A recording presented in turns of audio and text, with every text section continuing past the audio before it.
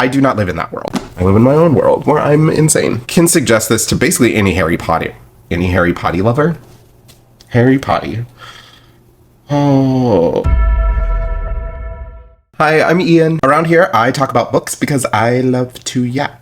If you're new here and you like what you're seeing, you should consider subscribing. Don't forget to like and comment and press the bell. I don't know, all the things. It really, really helps. If you comment below, please let me know what your favorite read in November was, because this is my November wrap-up. So November as a whole was an interesting month. It was very emotional, and I used books to get through it while also avoiding life and reality in general. I came into the month with 12 books on my TBR. I read 10 of the books that were on my TBR and then read 2 just kind of randomly thrown in there. Surprise! Oh. For comparison, last year I finished 0 books. So I consider November to be a wildly successful month. I had 5 books that were 4 stars or higher. I don't really hand out 5 stars willy-nilly, so that feels really good for me. Without further ado, let's go ahead and get into it. The first book, Bookshops and Bonedust by Travis Baldree. So this is the prequel to Legends and Lattes, and it features the main character from Legends and Lattes, Vic. I gave that book about 3.75 stars, but in this book, Vic is healing from an injury on the battlefield. They have to take time off in order to rest and to heal in a beachside town called Merk. This is more so on the high fantasy side of things. However, this is still low stakes fantasy. In Legends and Lattes, Vic opens up a coffee shop, and the whole book is about her coming up with menu items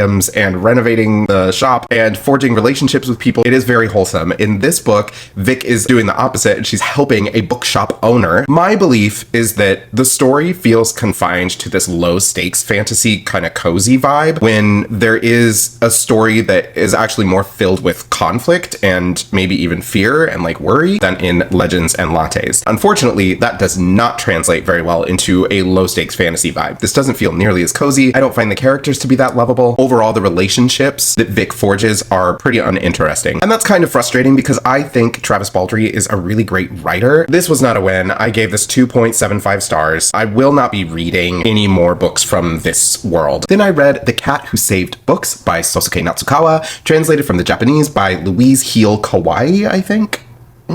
Yeah.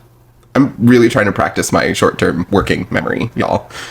It's really hard. It falls in the magical realism realm. This is about a boy named Rintaro who inherits a bookshop from his recently deceased grandfather. One day when Rintaro is closing down the shop, a cat comes out of the bookshelves and says, "Hey, will you please travel with me to other dimensions and help me save mistreated books?" And we get this kind of fairy tale structure. I think there are like 4 different dimensions or labyrinths, and each one kind of serves up an opportunity for growth for Rintaro, and then also poses a moral dilemma in which Rintaro and the cat, and also Rintaro's love interest, who I can't remember their name, they kind of team up and try to find ways to save these books. So this is a short book. It's 208 pages long. It would be really easy for someone to start and finish this in a day. I mean, like, the margins are on your side as well. So if you're looking for that dopamine hit and want to finish something fast. I will caution, however, I thought this was very light. It moves at a clip, but it is offering up a lot of commentary on consumerism around books and literature, and how capitalism tends to prefer to prioritize the consumer over the quality of the literature. And I think it does so effectively, but I do think it's rather toothless. There isn't really as much of a bite to that criticism as I would like there to be. There is a world in which people like this book and should pick it up and read it. I do not live in that world. I live in my own world where I'm insane. Next up, Tender is the Flesh by Augustina Bazterrica. This is translated from the Spanish by Sarah Moses. It is a dystopian horror, very short novel, 211 pages, and we follow a man in this world where people no longer eat animal meat, because if you do, you can contract a virus that is extremely deadly. So rather than the world going vegetarian or vegan, they start harvesting humans for human meat. You did ask where Grandma got that ham on Thanksgiving, right? So we follow this man who is a well-respected, I don't know if he's a manager or like kind of like a representative for a meatpacking plant. His wife has left him. They seem to have suffered a recent tragedy. The less you know, the better, so I'm not going to get too far into it, but there is a main character at the center of all of this, and it's through his eyes that we encounter this world. I like the world that it takes place. I mean, I don't like the world it takes place in. It's a really terrible world, but especially the more peripheral things. Like he goes to like a lab. He does some hobnobbing at a dinner that I found to be just wild wildly. That was like one of the crazier stuff. However, I did think that there were some issues with translating here. I don't speak Spanish fluently, but I do understand quite a bit of Spanish, and I thought the use of the word cocked in here was really, really odd, especially given its context. There's the frequent use of the word simulacrum or simulacrum, however you want to say it, and that's not a word that anyone says in English hardly ever, and it's in here quite a bit. So I think that there was something off with the translation. The author is handling two different but related themes. They're offering up criticism of both capitalism and consumerism. The attempts to address each of those in their own ways was really disjointed, and I never really saw a through line that connected the two. So I liked this. However, I don't see a lot of people who aren't into gore really liking this very much, and I don't think this is a book that I'm suggesting to everybody. I gave it 3.5 stars, which is my like it rating, basically. Up next, one of my DNFs of the month. Such a bummer to let this one go, but I tried Six of Crows by Leigh Bardugo. I understand that this is so well loved. It came suggested to me by many people, highly regarded. I was really bummed to DNF this. However, it was not because I did not like it. It had a lot to do with the fact that I did not understand a lot of the terminology. I don't read fantasy enough to be able to just sort of nosedive into a world and pick up on things quickly. I'm a bit obsessive when it comes to terminology, and this book introduces a lot of terminology that I do not know. And from what I understand, because it takes place in the Grishaverse, I would technically have to read the YA trilogy that came before this in order to fully understand the world it takes place in. I got about 60 pages in, gave it a solid shot. There's just no way that I can read this without reading the trilogy beforehand. I do not want to read the YA trilogy that comes before this. I don't want to have to do research in order to understand a book. I am, however, excited to give this to someone who is going to love this. My other DNF of the month is actually a DNF for now. However, I was rather enjoying it, and it already struck a chord with me emotionally, so I fully intend to pick up Four Squares again. That's by Bobby Finger. This is a split time novel. It centers around one character in the early 90s in New York City, and then contemporary when he's like 60. He's a gay man living in New York City, so there's a lot to do with AIDS here. The moment that made me, I cried in chapter 2 because there's a scene where he finds out that like his friend is moving away, and it's a really sad moment. The idea of getting older and friends moving away, just that hits home. That hits home. I am looking forward to reading this again. However, it just was not the vibe that I was in the mood for quite yet. So DNF for now. We'll pick up again later. Up next, a surprise read for me. I was not expecting to read this in November. However, the audiobook became available right when I found an affordable copy of it. And I thought, well, it's probably time to read this. That's Sociopath, a Memoir by Patric Gagne. So this is a nonfiction memoir told by a therapist who is a diagnosed sociopath. This therapist does work in personality disorders, so not only sociopathy, but also psychopathy and other related personality disorders. It starts in her childhood and follows her through into adulthood, even when she becomes a mother. I thought that this was written quite plainly. It seems to have the goal of reaching as wide an audience as possible, which makes it really readable. The most fascinating part about this book is how mundane sociopathy can be. There is a strong attempt to normalize sociopaths as basically just human beings. And I love the kind of thesis around this memoir. How are people with personality disorders expected to be able to develop feelings of compassion and empathy if they're not treated with compassion and empathy? This was a big surprise for me. 3.75 stars, and I'm slowly discovering that mental health memoirs are my thing. Then I read Carry On by Rainbow Rowell. I really liked this book like a lot. So this is queer Harry Potter with vampires. It is based on a story within a story. From what I understand, Rainbow Rowell wrote something called Fangirl. In Fangirl, the main character is writing about the characters of Carry On, Simon Snow and Baz something or other. I'm terrible with names, y'all. This is really hard for me. It's just Baz, okay? Simon and Baz. The book starts off with Simon being at unease because Baz is missing, and is missing for like 6 weeks or 2 months or something ridiculous. And in that time, you can kind of tell, like, I think Simon's in love with Baz. I love the good versus evil vibes in this. I kind of like the magical politics that are involved in this. I'm realizing that I also really like contemporary fantasy, and I really want to explore that more in 2025. There is some solid bisexuality rep in here, and there's also just some solid confusion around sexuality rep. Like, it's okay to not have it all figured out and to just kind of go with the flow and like who you like kind of thing. And I also really loved how language and phrasing and intention and meaning behind language is part of the magic system in this. Even though it's a chunk, it flew by. It was so much fun to read. 4.5 stars is what I gave it. Can suggest this to basically any Harry Potter lover. Harry Potter. Oh, may I never say that again.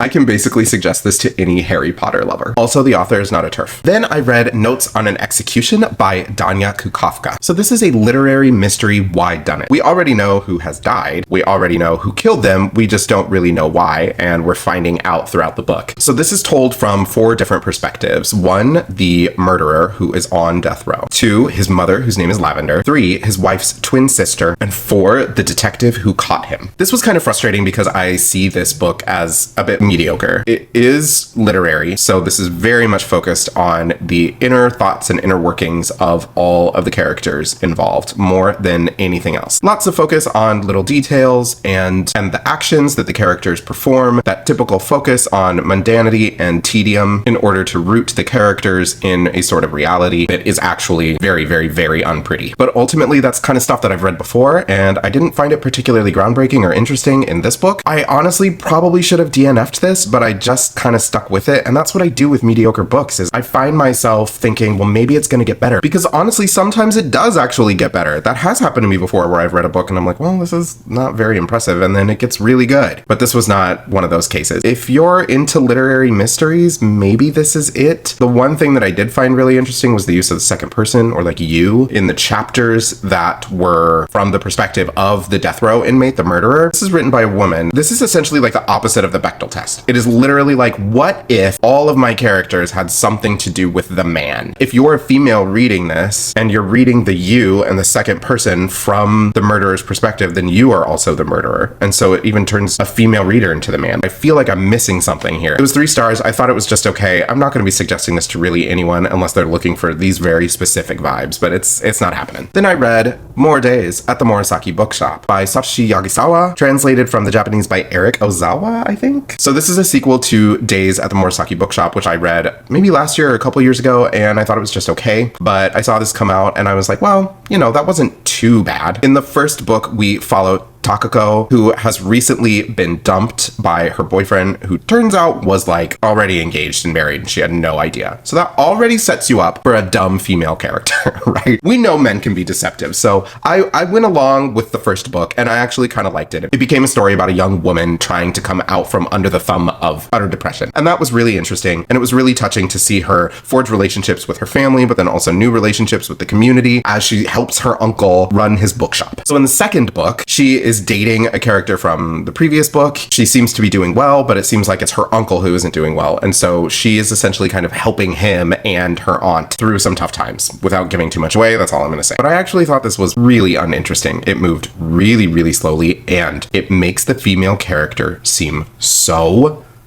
dumb and stupid. She even describes herself as simple. Like, simple as I am, I didn't realize. And that just is, I'm like, I don't know any women like that in my life, because that's not the kind of person that I want to be hanging out with. Obviously, I didn't want to hang out with her in this book either. It was a bit of a bummer. And I ended up giving this 3.25 stars. Now on to like the opposite of Takako. I read A Certain Hunger by Chelsea G. Summers. So this is about a food critic who's a sociopathic serial killer. There are lots of themes going on. There's some through lines with the stuff that I was reading in November, let's be real. So this is a literary kind of like psychological thriller with a feminist bent to it. This started off so strong. I was like, oh my gosh, this is so quotable. The writing in it is really rich. It is definitely coming from a vocabulary that is vast. Chelsea G. Summers knows how to describe things, textures and food, and obviously, but also thoughts, feelings, and ideas in ways that I think a lot of authors struggle with. However, it's almost like they're too good. This is like overwritten. Also, this character is really hard to spend time with. She's extremely confident, like overconfident in her ability to murder men and then like eat them. And this is all stated from like the very beginning. None of this is spoilers. Like this is really a character study. And so she kind of tells you about her crimes, and we jump back and forth between like the crime and what's happening in the present. And then she also ties in like food and food culture. It is interesting, and I think it attempts to say a lot about men and women, and obviously the male gaze, and literally flipping it so that it becomes a point of women consuming men. You tend to lose sight because I'm like, oh, that's quotable, that's quotable, that's quotable. Wait, what are we talking about again? So the main character has a lot of bravado, and it's really enticing at the beginning, but it gets kind of old and stale towards the end. And so it fell kind of flat for me. Then I read Parable of the Sower by Octavia E. Butler. This was published in 1993, y'all, and it takes place in 2024, and it hits a little too close to home. This is dystopian, sort of speculative fiction about Lauren, a young woman growing up in an America that is rife with poverty, unhoused people, and climate chaos. I love how resilient the main character is. Lauren is so calm and collected throughout all of this. Even when she is experiencing utter turmoil, there does seem to be something about her that kind of rises above it all, which totally makes sense because in this book, Lauren is sort of writing her own religion, her own Bible. Her father is a minister or pastor, and so it's no surprise that she takes on this messianic personality as the book progresses. The world in this is so vivid and way too easy to identify with. The atmosphere is visceral, and the violence in this is shocking. It is real. She does not shy away from the violence. Although I liked this, it was hard to read, especially in the month of November, and especially with everything that's going on in the world. I do intend to read Parable of the Talents, which is the sequel. It was supposed to be a trilogy. Unfortunately, the author passed away before they could finish or maybe even start the third book. I will head on into Parable of the Talents. I just don't know when. I need a little bit of a break from the sort of American dystopia right now because, whoo, buddy, like I said, that's close to home. Then I actually listened to an audiobook. I usually do immersive reading when I read a physical book. I will also listen to the audiobook, and that's also really nice when I need to do chores because then I can come back to the book without really having to worry about interrupting my consumption of the story. And that's great. Sometimes I will just pop on an audiobook and actually just straight up listen to the audiobook without the physical copy, and that is exactly what I did with Drowning by TJ Newman. So this is a straight up thriller, like a disaster thriller. It is about a plane that crashes in the water and sinks to the bottom of the ocean with 12 passengers trapped inside. It is heart racing. The blood is pumping from page 1 to the very end. It does not let up. I actually finished this on a day when I was hungover and I was just like laying in bed and I just didn't want to do anything that day. And so I put it on and then I was just wide-eyed, not blinking, freaking out with headphones in, just like, oh my God, what's going to happen next? So sometimes I really do like something that is plot driven. I thought this was popcorn great. This is not literary. You're not approaching TJ Newman with any sort of expectation to get epiphanies or revelations. You're going in it for fun, and it was so good. I thought the relationships in this were really good. The characters are pretty superficial because this is a thriller, and like I said, it's very plot driven. I still thought the characters were quite vivid despite the superficiality. I really did like the family drama that was at the center of all of this. It really tied everything together and sort of tugs at the heartstrings. If you need a break from the character driven stuff and the literary approaches and just need something that is purely action driven, check this out. I gave this 4.5 stars. Like, I loved it. I'm really excited to read TJ Newman's first book called Falling, I think, and from what I understand, it's like fairly similar to Drowning. Then I read I Who Have Never Known Men by Jacqueline Harpman, translated from French by Roz Schwartz. This was actually originally published in 1995, but I don't think it was translated until maybe like 2015 or something like that. The less you know about this, the better, but I will say this is feminist fiction, literary dystopian fiction. It's about a group of women who are trapped in a cage in the ground, and one day they break free. They have no recollection of how they got there. They don't know if they know each other or how they know each other. They just simply know that that is the life they're living. And it's told from one woman's perspective. And this woman is younger than everyone else in there, and she has no idea why. But that's pretty much all I'm going to tell you. I loved that the main character is neurodivergent. There's a lot of discovery and reflection at the center of this book. And it also moves really, really fast. It's super duper short, coming in at like 188 pages. I started and finished this in a day. I was so into this. This was during my dissociating phase. This really helped. One thing that I will remember from this is the idea that talking and speaking to one another is survival. That is living. That is how these women subsist. And I thought that that was a really, really beautiful idea and probably something we could be thinking about more often these days, right? The last book that I read was my 5-star book of the month. I freaking loved this. It's A Prayer for the Crown Shy by Becky Chambers, the second book in the Monk and Robot duology. This is 152 pages. I started and finished it in a day. I love these characters. It was so nice to revisit them. I liked this even more than the first book. This is low stakes sci-fi, otherwise known as, and I didn't realize this until after I read the book, there is a term for it. Yes, it's called solar punk. What?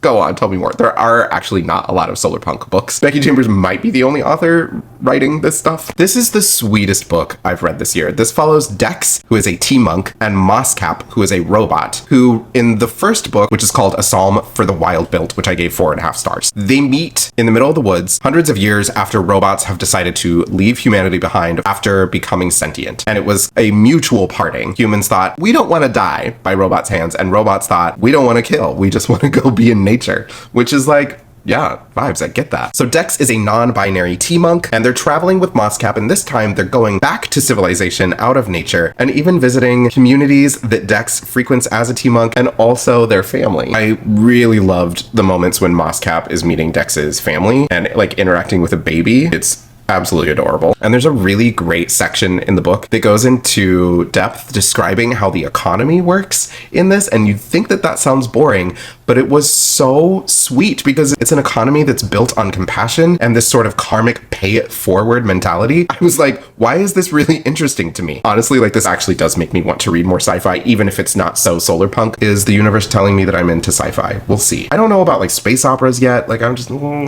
not so sure. I loved this. 5 stars. Pick up the duology. In total, I think the duology is like 300 pages, the size of a normal book. Good for the dopamine hit. I definitely felt accomplished after finishing this, but I was also, it warmed my heart. And that is it. Let me know what your favorite read in November was down in the comments below. And don't forget to check out my December TBR to see what I'm going to be reading this month. I definitely talk about books that I'm going to be reading for the holidays. So thanks for hanging out. If you enjoyed this, don't forget to like, comment, subscribe, click the bell, do all the things so we can keep chatting about books. I'll see you next time, and happy reading.